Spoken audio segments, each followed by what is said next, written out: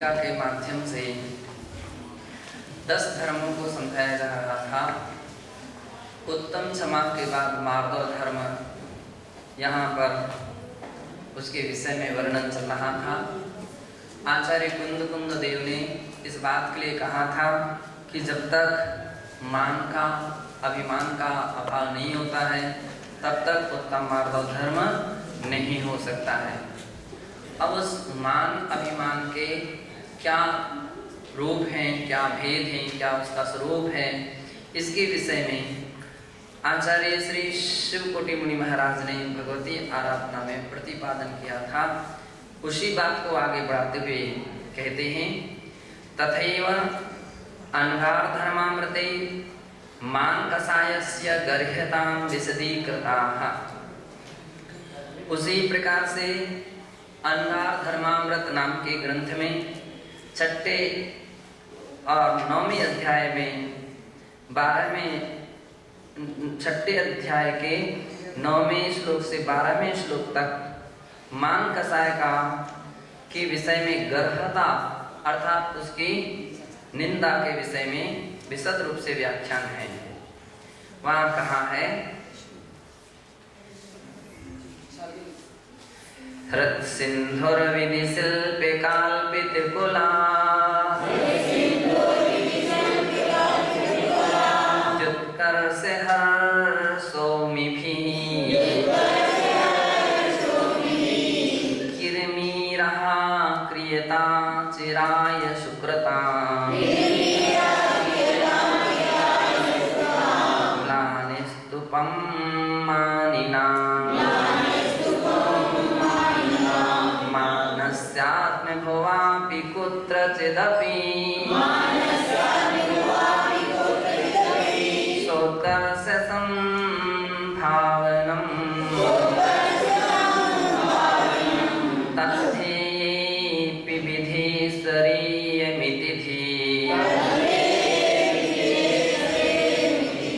मानं कुमोत्प्लाविनम्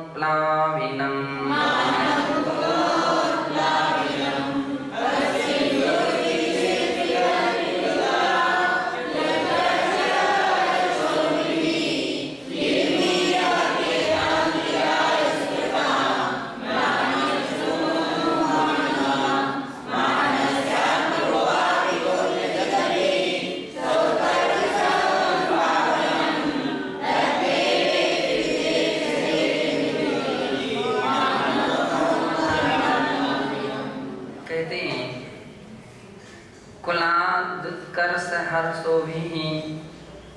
कुलाद, अब कुलादि कुल जाति इत्यादि जो अवस्थाएं हैं उनका जो निर्माण है वो कौन करता है?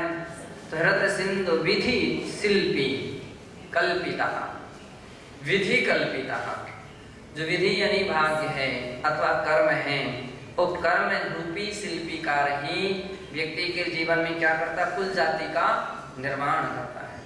जैसे जैसे व्यक्ति ने अपने जीवन में कर्म किए हैं, तत्व सूत्र में अपन पढ़ चुके हैं, तो वहां पर क्या है कहा गया है कि दूसरे नीच गोत्र कर्म के आश्रव के कारण में परात निंदा से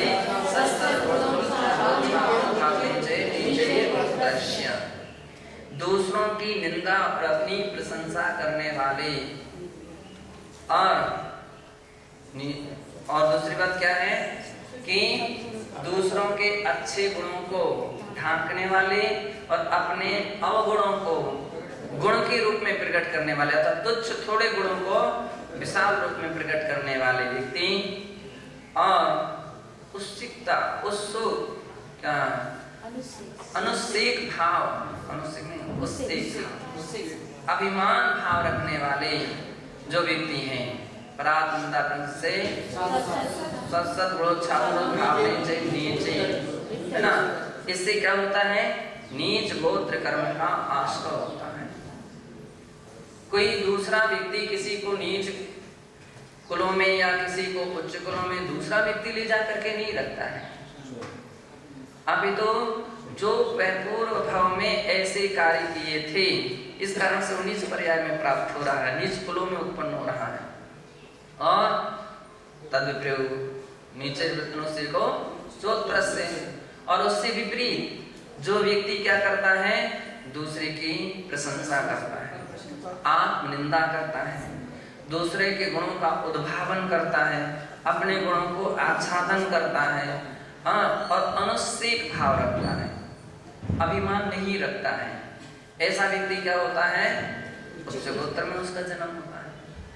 तो इसलिए जो कुल जाति आदि में निर्माण हो रहा, जो उसमें उसका निर्माता कौन है, तो कोई दूसरा नहीं है, अपितु हर व्यक्ति का अपना अपना कर्म रूपी जो शिल्पीकार है, भाग्य रूपी शिल्पीकार है, वह ही इस प्रकार की अवस्था का निर्माण करता है। इनके उत्कर्ष को लेकर के, उत्कर्ष हर्षो मिभि, इनके उत्कर्ष को लेकर के हृदय सिंधु अर्थात हृदय समुद्र हर्ष रूपी लहरों के कारण भले ही किरमीरा क्रियताम चरायु चक्रताम मलानिस्सु पुम्मानिनाम, भले ही नाना रूप धारण करे। अब क्या होता है, अब जो अच्छे कुलों में जन्म हुआ है, जिसका उच्च कुलों में, तो उसको बड़ा अभिमान होता है, बड़ी खुशी होती, बड़ा आनंद आता है। और बेचारा नीच कुल में जिसको जन्म हुआ है, वो अपने आप में अंदर अंदर में दुखित होता है ना, अंदर अंदर में दुखी होता है कि भाई हमारे लिए ऐसे कुल में कैसे क्यों जन्म हो गया, नहीं होता तो अच्छा था, यदि मेरा भी उच्च कुलों में जन्म होता तो मैं भी ऐसा व्यवहार करता है। तो वो अंदर अंदर में उड़ता है, दुखी होता है। तो कह रहे हैं भले ही नाना रूप धारण करे, किंतु इससे स्वयं को पुरुषार्थ मानने वालों के मन में कि मानस्यात्मभवापि कुत्रचिदपि सोत्कर्ष संभावनम, मैं अमुक विषय में उत्कृष्ट हूँ, इस तरह की भावना संभव होती है। मेरा कुल ऊंचा है, मेरी जाति ऊंची है, मेरा ज्ञान अधिक है, मेरा रूप सुंदर है, इत्यादि के विषय में क्या होती है, उसके अंदर में उत्कृष्टता की एक भावना जागृत होती है। परंतु आचार्य महाराज कह रहे हैं कि वास्तविकता में तो यह है कि अपने पुत्र द्वारा भी मान की हानि देखी जाती है। मानस्यात्मभवापि पुत्रचिदपि सोत्कर्ष संभावनम तद्धेया तद्धेयेपि विधीश्वरीयमितिधिक मानम पुनर्प्लाविनम, पुत्रों के द्वारा भी मान हानि देखी जाती है, अतः उस ओर प्रवृत्ति करनी चाहिए जहाँ भाग्य का प्रवेश ही ना हो। भाग्य नहीं, कर्म का प्रवेश ना हो। कौन सी दशा है, सिद्ध दशा है, पुरुषार्थ इसमें करना चाहिए। इसलिए उस मान को धिक्कार है जो व्यक्ति को महात्म से भ्रष्ट कर देता है, उसकी महिमा को, उसके सम्मान को, उसकी प्रतिष्ठा को गिरा देता है ना। तो उस मान के लिए धिक्कार, किसका अभिमान करना, तुम्हारे घर के ही बेटे तुम्हारा सम्मान गिरा रहे हैं, है ना, तो किसका सम्मान, किसका अपमान, ये जो सम्मान और अपमान का कारणभूत जो कर्म है, उसका ही क्षय करना ही श्रेष्ठ है, उस दिशा में ही कदम बढ़ाना उचित है। और वो कौन हो सकता है, केवल मोक्ष हो सकता है। तो उस मुक्ति के पथ पर ही कदम बढ़ाना उचित है। और भी कहते हैं कि गर्व प्रत्यग्न कबलिते विश्व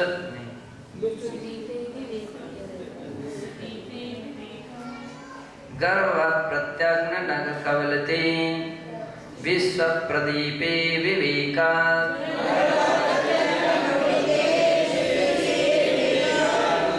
तष्टयुत्से स्फुरत दुरितं दोषमन्देह वृन्दै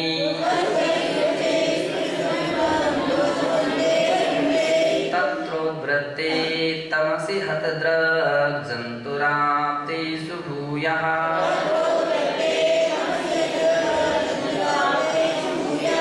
भूयोऽभ्याजात स्वपे सजति स्वैरमुन्मार्ग एव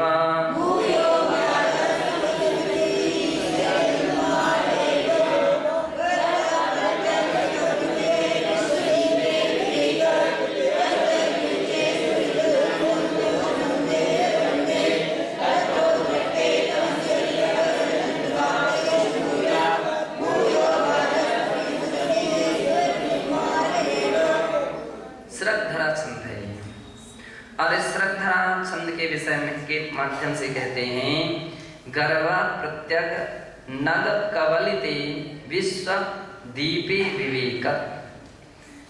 खेद प्रकट किया गया है कि बड़े दुख की बात है, बड़े खेद की बात है कि जगत को प्रकाशित करने वाला विश्व दीपे विवेका। विवेक कैसा है? विश्व को प्रकाशित करने वाला अद्वितीय दीपक की तरह है। तैसे अद्वितीय दीपे प्रकाशित करने वाला अद्वितीय दीप क्या चीज है? सूर्य है। ऐसे सूर्य को है ना, ऐसे सूर्य को गर्वा प्रत्यग नग कवलिते अहंकार रूपी अस्ताचल द्वारा ग्रस लिया जाता है। क्या एक उपमा दी जा रही है, जैसे कि कभी ग्रहण लगता है तो ग्रहण के समय क्या होता है कि राहु क्या करता है? सूर्य के ऊपर उसको ग्रस लेता है। ग्रस लेता है एक लौकिक भाषा में कहा जाता है। आगमिक भाषा में सत्य क्या है कि उसकी परछाई पड़ जाती है, और परछाई पड़ जाती है तो राहु या केतु इनके विमानों के कारण से सूर्य का जो प्रकाश है वो अवरुद्ध हो जाता है, और अवरुद्ध हो जाता उसके लिए ही लौकिक भाषा में ग्रसित कहा जाता है। ग्रहण पड़ गया ऐसा कहा जाता है। ग्रसित ग्रस लिया ऐसा कह गया। किसने ग्रस लिया? राहु या केतु ने उनको ग्रस लिया है। और फिर इसके कारण से तुष्टे स्फुरित दुरितम दोष मंदेर वंदे, राक्षसों के कारण मोहांधकार फैल जाता है। और फिर क्या हो गया? ग्रसित करने वाला क्या? आम भाषा में राक्षस माना जाता है। उसने ही राम रूपी केतु रूपी राक्षसों ने ग्रहण कर लिया, तो उसके कारण से ग्रहण कर लिया तो क्या हो गया? अंधकार फैल गया है, अंधकार फैल जाता है, जिसमें अब अंधकार हो गया, घनघोर अंधकार हो गया है, तो विभिन्न प्रकार के पापाचार प्रारंभ हो जाते हैं। चोरी व्यभिचारी आदि पाप कर्म बढ़ जाते हैं। ऐसी स्थिति में तत्रोद्वृत्ते तमसि हतद्रग जंतुराप्तेषु भूया भूयोऽभ्यासस्वपि सजति स्वैरमुन्मार्ग एव। दृष्टिहीन होकर प्राणी बारंबार गुरुओं द्वारा रोके जाने पर भी स्वच्छंदतया उन्मार्ग में ही प्रवृत्त होता है। पूरा का पूरा एक उपमा अलंकार से बात की जा रही है। तो क्या बतला रहे हैं कि जैसे सूर्य के ग्रहण हो जाने के उपरांत अंधकार छा जाता है, और अंधकार के समय में विभिन्न प्रकार से पापाचार बढ़ जाता है। चोर लुटेरे इत्यादि जो रहते हैं वो अंधकार की प्रतीक्षा करते हैं, और अंधकार के आने पर नाना प्रकार के चोरी आदि करना प्रारंभ कर देते हैं। तो ऐसा काम करना प्रारंभ कर देते हैं। तो और उस वक्त कितने अच्छे पुरुष समझाते हैं कि भैया अंधेरा है, अभी अब बाहर मत निकलो। घर में मम्मी वगैरह या कोई भी समझदार लोग, अरे देखो भैया लाइट नहीं है, अंधेरा है, अभी अंधेरे में कहाँ जा रहे हो, अभी कहीं मत जाओ, है लाइट आ जाने दो, प्रकाश हो जाने दो, फिर जाना, अभी कहीं नहीं जाना। कठोरता से रोकते हैं। और जिस एरिया में चोर लुटेरे की अधिक संभावना रहती है वहां तक तो शाम से ही, शाम को 5-6-7 बजे भी गेट पर दरवाजे वगैरह बंद हो जाते हैं, फिर सहसा नहीं खोले जाते, किसी को घर के लोगों को बाहर नहीं जाने दिया जाता है। क्यों? अरे भाई लुटेरे घूम रहे हैं, कुछ भी कर सकते हैं। तो इस प्रकार से पूरा का पूरा पाबंदी रख दी जाती है, पूरा कंट्रोल कर दिया जाता है। और फिर भी यदि कोई ना माने और निकल जाए बाहर तो फिर उसके प्रति कुछ भी हो सकता है। धन दौलत छीनी जा सकती है, उसके पास जो 20 रुपया पैसा वो छीना जा सकता है, विभिन्न प्रकार की आपत्ति विपत्ति आ सकती है। ठीक इसी प्रकार से आचार्य महाराज कहना चाहते हैं कि जिसके ज्ञान रूपी सूर्य के ऊपर, विवेक रूपी सूर्य के ऊपर कौन सा ग्रह आ गया है? किसका? अहंकार का क्या हो गया है?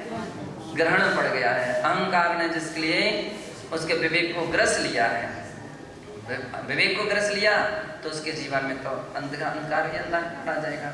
अब ऐसी परिस्थिति में गुरुजन खूब समझाते हैं, जिनवाणी बहुत प्रकार से समझाती है कि ऐसा कार्य मत करो, ऐसा कार्य मत करो, ऐसा कार्य मत करो, लेकिन आम व्यक्ति उस बात के लिए सहसा स्वीकार नहीं करता है। और जब सहसा स्वीकार नहीं करता है तो फिर आपत्ति विपत्ति संकट में पड़ जाता है, दुर्गतियों में पहुंचता है, अनेक प्रकार के कष्टों को प्राप्त होता है। तो कहने का तात्पर्य यह है कि अहंकार का एक ऐसा को ग्रहण पड़ता है, अहंकार इस प्रकार से व्यक्ति के ज्ञान के ऊपर अपना आवरण डाल देता है कि उसके अंदर में फिर कोई भी उसके लिए संकट से बचाने का उपाय नहीं रह पाता है। और कहते हैं जगत विचित्रेस्मिन् जगत विचित्रेस्मिन् विलसति विधो कामि मनीषम्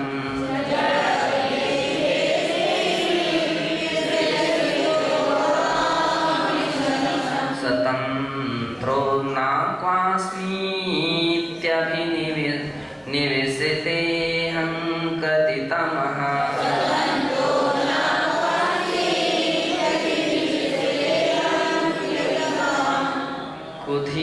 कुधीरेनादत्ते किमपि तदेकं तन्द्रस्य वशात्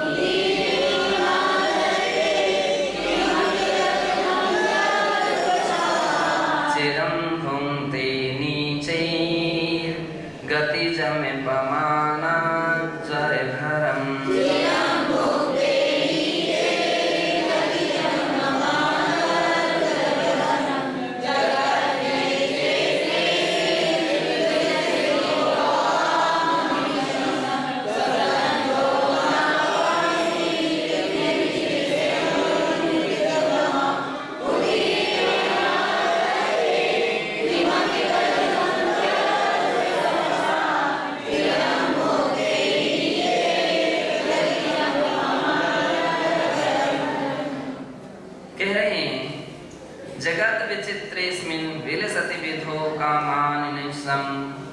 इस जगत कैसा जगत है?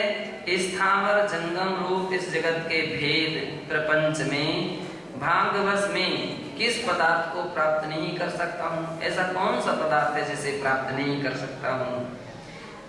ऐसा इस प्रकार अहंकार रूपी अंधकार से कुबुद्धि व्यक्ति के अभिप्राय में समा जाती है। कौन सा अंधकार समा जाता?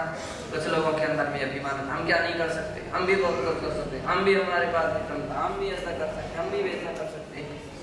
तो इस प्रकार का एक अहंकार, ये कौन बोल रहा है? केवल व्यक्ति का अहंकार। जब अहंकार मैं भी ऐसा कर सकता हूँ, मैं भी ऐसा कर सकता हूँ, जबकि कर कुछ भी नहीं सकते। केवल तुम्हारा अहंकार गरज रहा है। क्या गूंज रहा है? अहंकार गूंज रहा है। कई बार ऐसे भी लोग देखे गए हैं कि जब वे बहुत सारे लंबे चौड़े स्वप्न देखते हैं, मैं ऐसा करूंगा, मैं ऐसा करूंगा, मैं ऐसा करूंगा, मैं ऐसा करूंगा, मैं ऐसा करूंगा, बहुत सारी कल्पना उसके अंदर में समाविष्ट बना करके रखते हैं। कब? संग में ऐसी कल्पना करते, अब संग से बाहर जाएंगे तो मैं ऐसा करूंगा, ऐसा करूंगा, ऐसा करूंगा, इतनी प्रभाव में करूंगा, ऐसा करूंगा, बहुत सारा। और बाहर गए और उसके भाग्य ने साथ नहीं दिया, अब ऐसा नहीं हो पाया तो फिर परेशान हो जाता। अब सारी उसकी योजना, सारी कल्पना, सारी रूपरेखाएं सबकी सब सफल नहीं हो पाती हैं, तो अपने आप में बहुत परेशान हो जाता है। और जब अपने आप में परेशान हो जाता है फिर तो हालत ही दूसरी हो जाती है। कितने बार व्यक्ति कुछ न कुछ अकृत्य भी कर लेता है जो नहीं करना चाहिए, विचलित हो जाता, अपने मार्ग से विचलित हो गया। क्योंकि अब खूब तो प्रचार करके आए थे, खूब तो ढिंडोरा पीट करके आए थे, मैं ऐसा करूंगा, वैसा करूंगा, कुछ हुआ नहीं। तो अब जहां जहां उसने प्रचार किया था उन लोगों को क्या मुख दिखाऊंगा, तो वापस नहीं आ पा रहा है। और जहां गया है वहां पर वह सफल नहीं हो रहा है, तो वहां पर भी वो सफल नहीं हो पा रहा है। तो दोनों तरफ से उसके लिए मार्ग अवरुद्ध जैसे हो जाते हैं। और ऐसी परिस्थिति में फिर तो वो एक ही रास्ता अपनाना है, अब कोई दूसरा उपाय नहीं है। अब कोई उपाय नहीं, या तो परेशान होता रहेगा अपने आप में, या परेशान नहीं हो पाएगा तो फिर कोई ना कोई दूसरा रास्ता अपना लेगा। तो ऐसी स्थितियां किसके कारण से होती हैं? अज्ञान रूपी घनघोर अंधकार के हो जाने पर, जब अहंकार व्यक्ति के विवेक के ऊपर आवरण डाल देता है, ऐसा अंधकार छा जाता है, अविवेक भाव उत्पन्न हो जाता है, उसके अंदर में कोई उपाय नहीं निकल पाते हैं। इस कारण से कुधीर ये नादत्ते किमपि तदघम तद्रस वशात चिरम भूमते नीचे गतिजम मपान ज्वर भरम। इस कारण से वह ऐसे अनिर्वचनीय पाप कर्म का बंद करता है। अनिर्वचनीय, अब उसको कहा नहीं जा सकता है, जिसके उदय के अधीन होकर के चिरकाल तक नीच गति में होने वाले अपमान रूपी ज्वर के वेग को भोगता है। अब देखिए, ये हो सकता है कि व्यक्ति यहाँ से भी बच गया, वहां से तीसरे स्थान पर पहुंच गया, लेकिन जो अभिमान कर्म आपने किए हैं और अभिमान में जो जो कुछ भी कर्म कर लिए हैं, अब उसके लिए क्या बच सकते हो? क्या उससे तो नहीं बच सकते हो।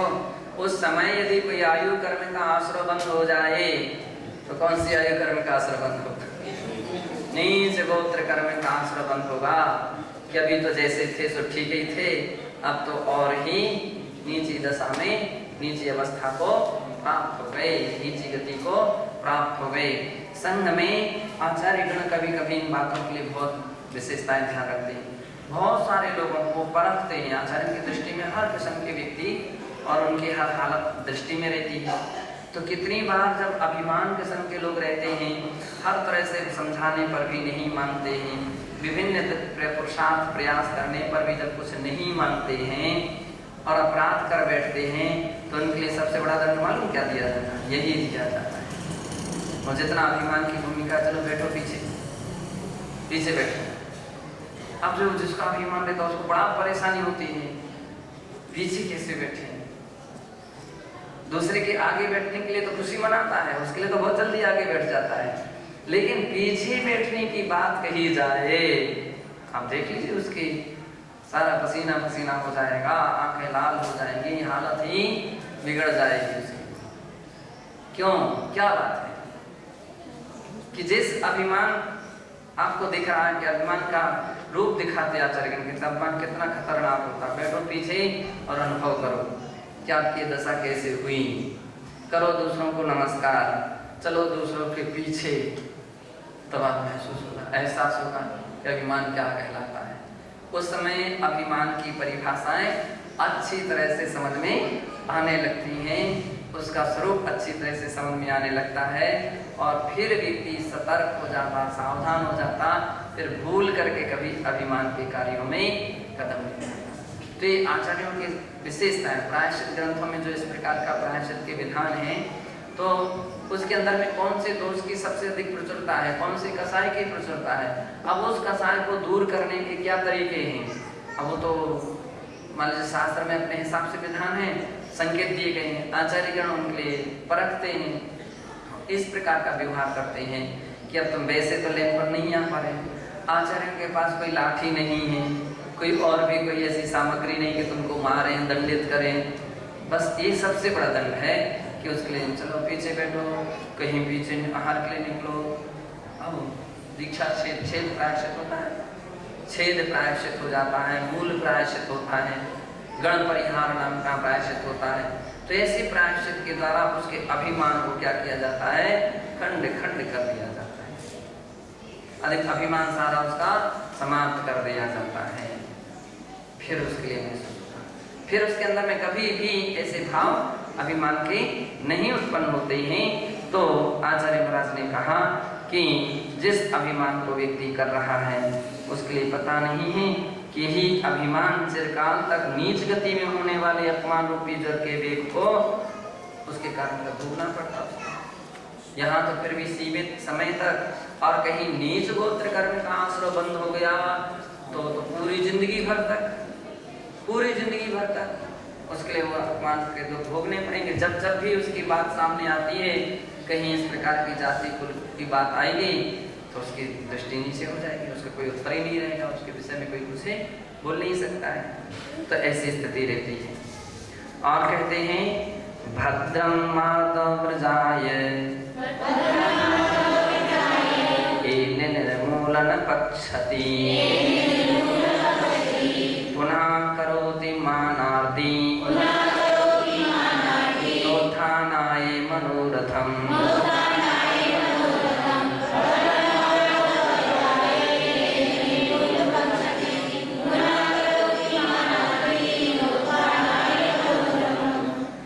कह रहे हैं भद्रम माता वज्राय, माता रूपी वज्र के लिए, वज्र रूपी पहाड़ के लिए क्या हो, भद्रम, उसका कल्याण हो। आशीर्वाद दे रहे हैं कि उसका कल्याण हो, सुखी रहो, चिरकाल तक जीवित रहो। क्यों? तोले हैं इन निर्मूल पक्षति, जिसके द्वारा पंख यानी शक्ति विशेष के मूल से छिन्न हो जाने पर, अब उस माता धर्म क्या करता है, अभिमान के मूल को काट देता है, अभिमान की जड़ों को उखाड़ करके फेंक देता है। अथवा पक्ष जैसे पक्षी के पंख अलग कर दिए जाएं तो उड़ने के ऊपर सक्षम नहीं रहता है, उसी प्रकार से उसकी हालत होगी। पुनः करोति मानार्ति, है ना, नोत्थानाय मनोरथम। तो अब सारे पंख छिन्न भिन्न हो जाने पर मान रूपी पर्वत पुनः उठने का मनोरथ पूरा नहीं कर पाता। अब जिसके पंख, जिस पक्षी के पंख ही नहीं रहे हैं, पंख ही कट चुके हैं, अब वो उड़ान भरना चाहे तो कैसे भरेगा? केवल मनोरथ ही हो सकता, उसकी कल्पना हो सकती है, लेकिन उड़ान नहीं भर सकता है। तो उस किसके कारण से हुआ है? तो ये विशेषता बतलाते मार्ग धर्म जिसके व्यक्ति के अंदर में आ जाता तो उसकी विशेषता है, किस प्रकार की स्थिति बन जाती है। सीधा अर्थ हो गया कि एक बार उत्तम मार्ग और धर्म व्यक्ति के जीवन में आ जाए तो फिर वह कभी भी अभिमान की उड़ाने नहीं भर सकता है, अभिमान उसके अंदर में नहीं आ सकता है, अभिमान के भाव नहीं जग सकते। क्यों? धर्म उसके अंदर में आ गया है। मान कसायस्य दोषा भगवती आराधना ग्रंथे निरूपिताः। मान कसाय के दोष भगवती आराधना ग्रंथ में गाथा 1369 और 1371 से 72 में कहा है। कुलरूवाण बल सुधलाभ, कुलरूवाण बल सुधलाभ सरयथ मदितवादिहिं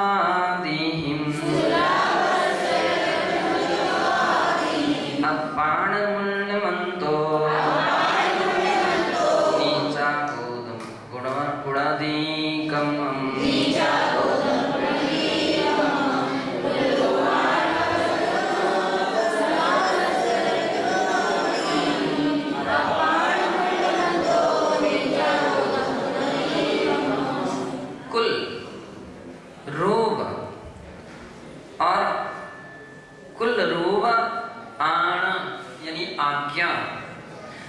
बल शुद्ध यानी शुद्ध, लाभ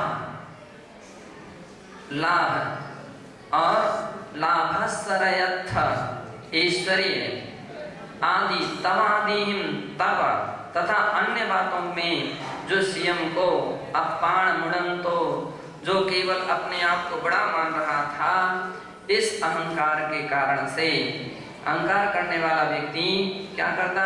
नीच गोत्रम पुण्यकम्मम, नीच गोत्र कर्म का आश्रय करता है, नीच गोत्र कर्म का बंध करता है, जिससे उसके लिए कालांतर में नीच गोत्र में जन्म लेना पड़ता है।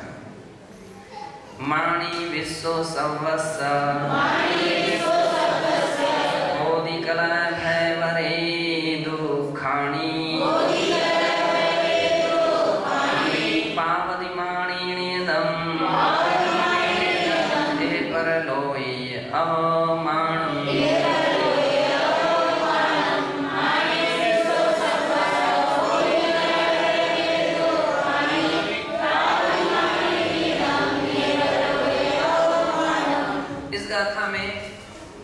मान की विशेषता बतला दें कि मान का क्या फल है, मान से क्या उपलब्धि मिलती है। तो मानी विश्व संवत्सर, मानी व्यक्ति से सभी प्राणी विद्वेष रखते हैं।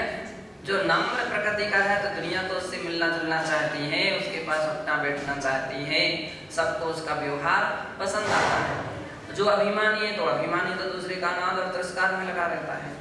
तो जो अभिमानी है तो उससे हर व्यक्ति क्या करता है, द्वेष करता है, उससे कोई उसके पास बैठना नहीं चाहता, उससे मिलना जुलना नहीं चाहता। क्यों नहीं चाहता है? अभिमानी है ना, अभिमानी है तो उससे कोई नहीं, उससे सभी लोग द्वेष करते हैं। और होदी कला भय वीर दुखानी, और अभिमानी के लिए कदम कदम पर कला। अब वो किसी से कुछ बात कहता है और दूसरा उसको स्वीकार नहीं करता तो झगड़ाने के लिए तैयार हो जाता है। सरल व्यक्ति की हर व्यक्ति बात मान सकता है, अभिमानी की बात को मानना बड़ी टेढ़ी खीर है। कुछ कोई व्यक्ति उसको मानने की बात को तैयार नहीं होता है तो कला। अब वो परेशान है अपने आप के लिए।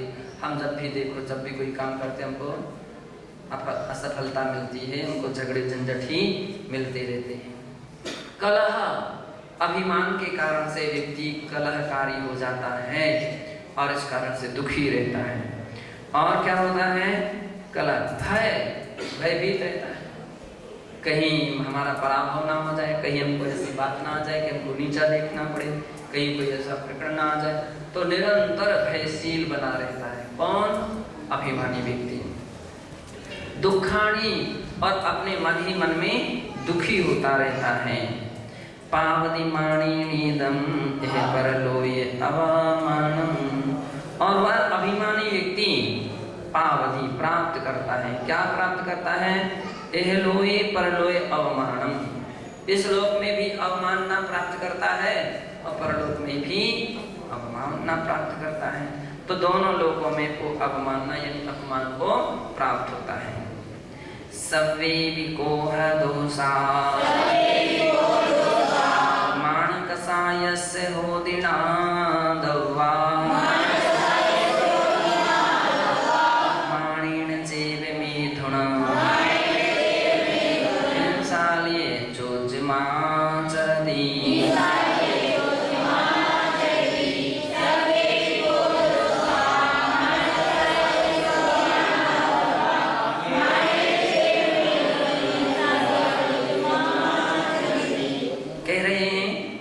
सवे विकोह दोषा माणकसायस्य होदिना दवा, क्रोध के प्रकरण में जितने दोष क्रोध के विषय में कहे गए हैं कि क्रोधी में इतने इतने दोष होते हैं, अमुक अमुक दोष होते हैं, वे सभी के सभी दोष, वे सारे के सारे दोष क्या होते हैं? माणकसाय वालों के लिए भी होते हैं, ऐसा जानना चाहिए। और माणिन चैव मिथुन, माणिन मान कसाय से मिथुन हिंसालय चोज्जमाचरति, सभी प्रकार के पाप, हिंसा, झूठ, चोरी, कुशील, परिग्रह रूपी पांचों पाप भी उत्पन्न होते हैं। किसके? जो अभिमान करता है। इसलिए निर्माणताया माधवस्य च प्रशंसा भी तथैव निरूपिता दृश्यते, मान नहीं करना चाहिए। और निर्माण, मान रहित तथा मार्दव धर्म की प्रशंसा भी शास्त्रों में की गई है।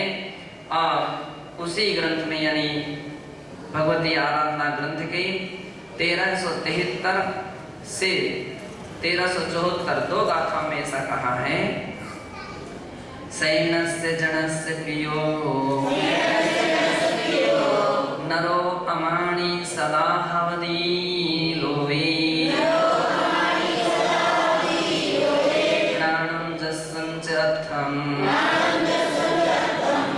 लभते सकज्जं च साहिदी।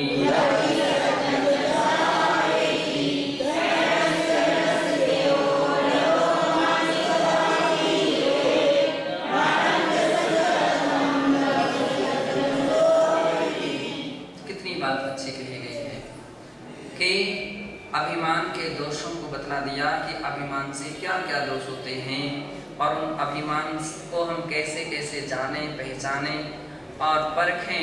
यदि ऐसी कोई बात है तो अपन उसको दूर करें।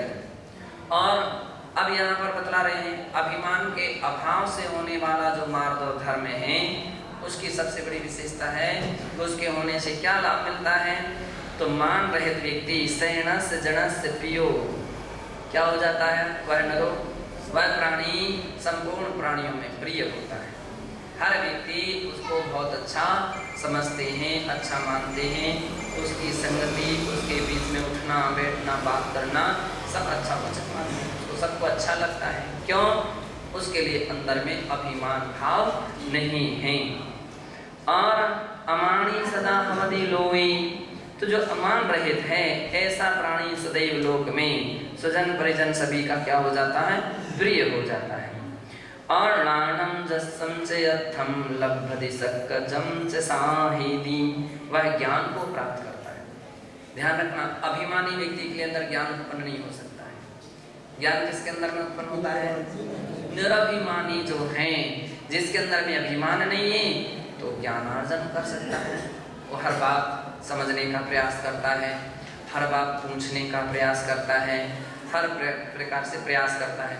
एक बार की बात थी कि एक बार क्लासें चल रही थी और क्लासें तो अपने यहाँ की पद्धति है परीक्षा देने की परंपरा है ना, तो परीक्षा होती है। तो एक साधक परीक्षा देने के डर से वैसे कि भी परीक्षा देना पड़ेगा तो नंबर कम आएंगे, क्या होगा, नंबर कम आएंगे। और हम सबसे बड़े हैं और हमारे सब नंबर कम आएंगे तो बड़ा अच्छा नहीं लगेगा, बड़ा खराब लगेगा। तो अब उन्होंने क्या उपाय निकाला, इससे अच्छी सीधी सादी बात है, हमको वो क्लास ही नहीं पढ़ना है, हम परीक्षा ही नहीं देंगे, क्लास ही नहीं पढ़ेंगे तो परीक्षा देने का कोई सवाल नहीं। अब उन्होंने स्वीकृति ले ली कि हम क्लास नहीं पढ़ सकते। तो परिस्थिति देखते हुए देख लिया कि इनकी ऐसी स्थिति है तो ठीक है। कभी कभी ऐसे व्यक्तियों के लिए जैसे ही गुरुजन जान करके ही स्वीकृति दे देते हैं, पढ़ते हैं, परीक्षा करते हैं, प्रयास करते हैं समझाने का, और जब कोई सीधे से नहीं समझता तो उसके लिए उसी भाषा में उसको समझा देते, ठीक है भैया तुम परीक्षा नहीं दे सकते हो, नहीं दे सकता हूँ, परीक्षा नहीं दे सकते तो क्लास में नहीं आना, ठीक है हम कल से क्लास में नहीं आएंगे। क्लास में नहीं आएंगे तो उसकी पढ़ाई समाप्त हो गई। अब पढ़ाई समाप्त हो गई, परिणाम ये निकला, अब दूसरे लोग जो दूसरे थे नंबर सुखावी थे वो तो अच्छी याद करने लगे, गाथाओं से बात करने लगे, हर प्रकार के उनकी क्लास की बातें, किसकी बातें। अब वो बेचारे क्लास के जब भी कहीं ऐसी चर्चा शुरू हो चुपचाप मूंगा मसान की तरह बैठ जाए। अब विद्वानों के बीच में भी ऐसा प्रसंग आया, तब जिन्होंने क्लासें पढ़ी हैं वो तो खटाखट अमुक गाथा में ऐसा कहा, अमुक शास्त्र में ऐसा कहा। अब जिसने क्लास ही नहीं पढ़ी है उसको बड़ा फीका लगने लगा कि ये तो बड़ा समस्या है कि अब सब लोग उत्तर दे रहे हैं, सब लोग चर्चा कर रहे हैं, सब लोग वार्ता कर रहे हैं, पर को तो कुछ पता ही नहीं है ना। अब वो अपने आप में इतने परेशान हो गए, अंत में जा करके वो पुनः आए और उन्होंने कहा गुरुदेव माफ़ कीजिए, ये क्या हमारे क्लास में हमको प्रवेश दीजिए, हम कुछ भी होगा जैसे बनेगा क्लास पढ़ेंगे, जो भी नंबर आएंगे जैसे भी नंबर आएंगे अब हम तो पढ़ेंगे। समझ में आ गया नहीं पढ़ने का परिणाम कितना खराब होता है। अब इसके उपरांत महाराज ने भी यथाविधि थोड़ा परखा और अंत में देख लिया कि अब एक व्यक्ति की गाड़ी लेन पर है, सही गाड़ी लेन पर आ चुकी है और उनको स्वीकृति दे दिया। अब स्वीकृति दी तो जो कि वो अनुभव कर चुका है ना पराभव का कि उसका परिणाम कितना रहता नहीं पढ़ने का, बाद में फिर उनकी उसने इतनी अच्छी सुंदर पढ़ाई की, इतनी अच्छी मेहनत की कि सबसे आगे बढ़ गया, है ना। अच्छे कदम उठाए, पूरी मेहनत की, प्रयास किया और फिर कान पकड़े कि अब कुछ भी होगा, चाहे नंबर कम आए चाहे हम फेल हो जाएं, हमको इसकी परवाह नहीं है, लेकिन हम कभी क्लास में वाली क्लास बंद नहीं होने देंगे। हम हर क्लास में जाएंगे, हर क्लास की परीक्षा देंगे, अपने आप पढ़ेंगे। तो महाराज ने कहा था देखो यही तो बात हम पहले से तुमको समझा रहे थे। तो हम महाराज ने कहा हम समझा रहे थे, तुमको समझ में नहीं आ रही थी। तो उसने कहा गुरुदेव मुझे आपकी भाषा में तो समझ में नहीं आ रहा था, लेकिन प्रैक्टिकल में जब मैंने देखा तो प्रैक्टिकल में तो आराम से बात समझ में आ गई और अब हम बिल्कुल सफलता दिखाएंगे। मैंने कहने का तात्पर्य ये है कि कुछ कुछ ऐसे लोग रहते हैं कि जिनको आसानता से समझाया जाए वो नहीं समझ पाते हैं, लेकिन कभी ऐसी परिस्थिति के मध्य जब वो गुजरते हैं तब फिर उनको महसूस होने लगता है कि काश हमने ऐसी भूल ना की होती तो कितनी अच्छा होता। तो यहाँ पर कह रहे हैं ज्ञानम, जो अभिमान नहीं करता उसके लिए ज्ञान की वृद्धि होती है, उसका ज्ञान का विकास होता। अभिमानी व्यक्ति के अंदर में ज्ञान का विकास नहीं हो पाता है। जसन, यश, प्रशंसा भी अब किसकी होगी? अब जो कुछ पढ़ा लिखा है, जो कुछ सीखा है, समझा है, जाना है, चार बातें धर्म की अच्छी तरह से करता है, शास्त्रों की करता है, आगम ग्रंथों की करता है, तो ज्ञानी लोगों के बीच में उसकी बड़ी प्रशंसा होती है। और तो फिर तो क्या सभी लोगों के बीच में भैया धन्य उनके ज्ञान को, बहुत अच्छा ज्ञान है, ऐसा ज्ञान है, वैसा ज्ञान है, इतने पढ़े लिखे, उस ज्ञान की खूब चर्चा होती है क्योंकि वो पढ़ा लिखा है। और जो व्यक्ति क्या है कि जसन, उसका यश फैलता है, प्रशंसा फैलती है। और अर्थम लभति, अर्थ को प्राप्त होता है। अर्थ को प्राप्त होता है इसका मतलब क्या है कि गृहस्थ है, यदि गृहस्थ है तो सम्मान होता है, सम्मान में दान दक्षिणा दी जाती है, तो दक्षिणा जो है अच्छी मात्रा में मिलती है, मोटी रकम मिलती है। कोई जाने पढ़ के अच्छा अध्ययनशील है तो उसके लिए हर व्यक्ति बुलाता, और जितना भी देता तो भी कम महसूस करता है। अब जिसके लिए कुछ भी नहीं आता हो तो उसके लिए तो हर व्यक्ति को कहाँ से बुला लिया, क्यों बुला लिया, ये तो कुछ भी जानते नहीं है। तो ज्ञान की उपलब्धि है, निरभिमानता से ज्ञान प्राप्त होता है, निरभिमान से यश प्राप्त होता है, निरभिमानता से धन आदि की प्राप्ति होती है। और तो क्या लब्धि सकज्जं च साहेदी, और भी अपने कार्यों की सिद्धि कर लेता। जो कुछ भी वो कार्य करना चाहे हर व्यक्ति उसके लिए सहयोगी बन जाते हैं, जिससे उसको सफलता मिलती है।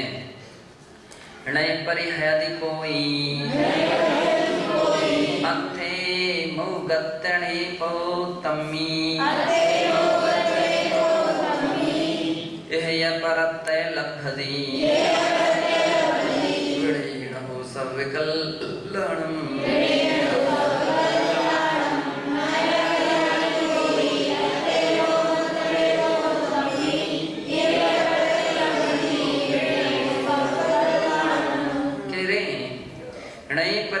यदि कोई अथे मौगत्तणे बहुतम्मी, मार्दव युक्त व्यवहार करने पर कोई धन हानि कहा जाता है तुमको, तुम्हारा कौन सा खर्चा हो रहा है विनय रखने में, ऐसा क्या जा रहा है तुम्हारा, कौन से खर्चा हो रहा है, कौन सा पैसा लग रहा है। निरभिमान रखो, अभिमान को छोड़ो। तो क्या मतलब है कि निरभिमानता रखने में, विनय आदि रखने में, नम्र प्रकृति रखने में कुछ अपना धन आदि तो नहीं खर्च होता है, कुछ नहीं जाता है। तो जिससे धन हानि के भय से मनुष्य मान करे, कुछ जाता हो तो ऐसा तो कुछ नहीं। और यह परत्तय लब्धि, विनय से तो इस जन्म और परजन्म में तो व्यक्ति क्या करता है, विणीणं सर्वकल्याणं लब्धति, विनय से सभी प्रकार के कल्याण को प्राप्त करता है। एवं भो मान मत्सर्यादि विभाव भाव रहित स्वभाव संपन्न भव्य, इस प्रकार से हे भव्य, कैसा भव्य विशेषण दिए हैं, मान मात्सर्य आदि विभाव भाव से रहित स्वभाव वाले भव्य जीव। मानो ना आत्मीय स्वभाव, मान आत्मा का, मान आत्मीय स्वभाव नहीं है, अपना निज शुद्ध स्वभाव नहीं है। सतो कसाय रूपेण तवात्मना शत्रुरेवा, वह तो कसाय रूप है और तुम्हारा शत्रु ही है, शत्रु है। तद विजयाय मार्ग धर्माश्रयणम तव कृते श्रेयस्करम, इसलिए उसको विजय करके, किसको, किस पर विजय पा करके, मार्ग कसाय पर विजय पा करके, मार्ग धर्माश्रयणम, मार्ग धर्म का आश्रय लेना ही श्रेयस्कर है। अतः तम एव आश्रयति गाथाया सारा, इसलिए उसका ही आश्रय लीजिए। किसका आश्रय लीजिए, माधव धर्म का आश्रय लीजिए, ऐसा इस गाथा का सार है, ऐसा जानना चाहिए। शेष आगे तृतीय धर्म का व्याख्यान प्रारंभ।